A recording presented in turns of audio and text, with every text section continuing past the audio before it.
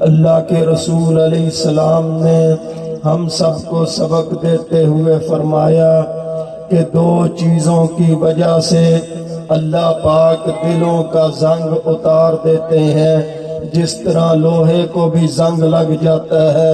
اس کا زنگ ریگ مار وغیرہ کے ساتھ اتارا جاتا ہے،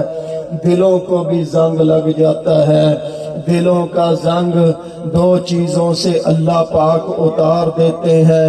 ایک تو کثرت کے ساتھ جب کوئی قرآن پڑھتا ہے اللہ پاک اس کے دل کا زنگ اتار دیتے ہیں، اور دوسرا جو کوئی کثرت سے موت کو یاد کرتا ہے اللہ پاک اس کے دل کو بھی صاف کر دیتے ہیں۔ سبحان اللہ۔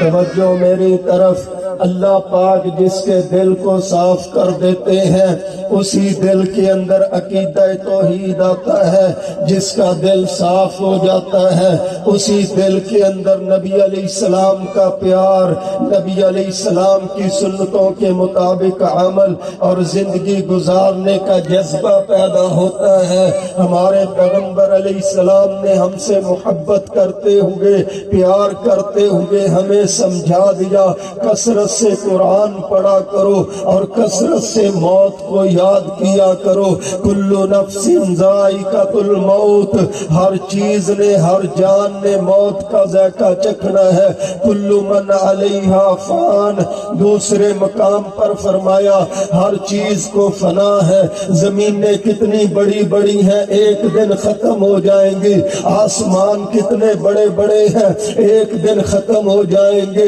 سورج کتنا بڑا ہے پوری دنیا میں اکیلا ہی روشنی کرتا ہے ایک دن ختم ہو جائے گا، چاند کے چمکارے کتنے زیادہ ہیں پوری دنیا کے لیے ایک ہی چاند کافی ہے، لیکن ایک دن آئے گا ختم ہو جائے گا۔ پہاڑی سلسلہ جا کر دیکھو کتنے بڑے بڑے پہاڑ ہیں، بڑے بڑے پہاڑ ہیں، آپ کو زمین نظر نہیں آئے گی، ایک دن آئے گا قرآن کہتا ہے یہ سارے روئی کی طرح اڑ جائیں گے اور ساری زمین چٹیل میدان کی طرح خالی ہو جائے گی، صاف ہو جائے گی، پوری دنیا کو فنا ہے۔ اللہ کریم ہم سب کو سبق دیتے ہیں کل من علیہا فان ویبقی وجہ ربک ذو الجلال والاکرام، ہر چیز فنا ہو جائے گی، اگر کوئی باقی ہے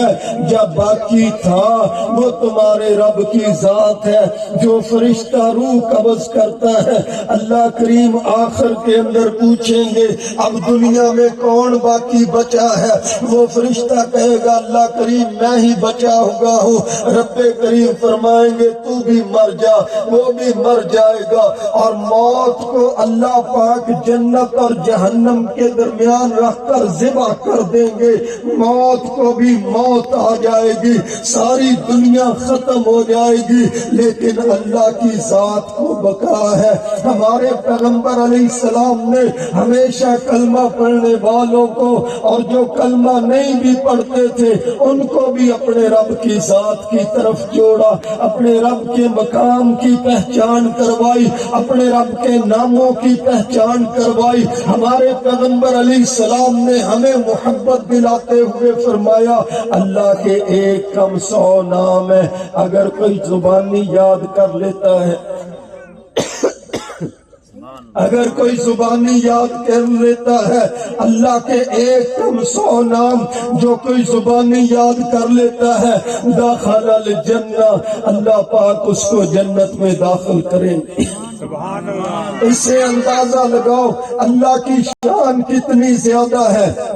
اس سے اندازہ لگاؤ اللہ کا قرآن کتنا بلند ہے، اس سے اندازہ لگاؤ اللہ کے پیغمبر علیہ السلام خاتم الانبیاء علیہ السلام محمد کریم علیہ السلام کتنی شان والے ہیں، جن کے لیے قرآن میں فرما دیا ان اللہ وملائکتہ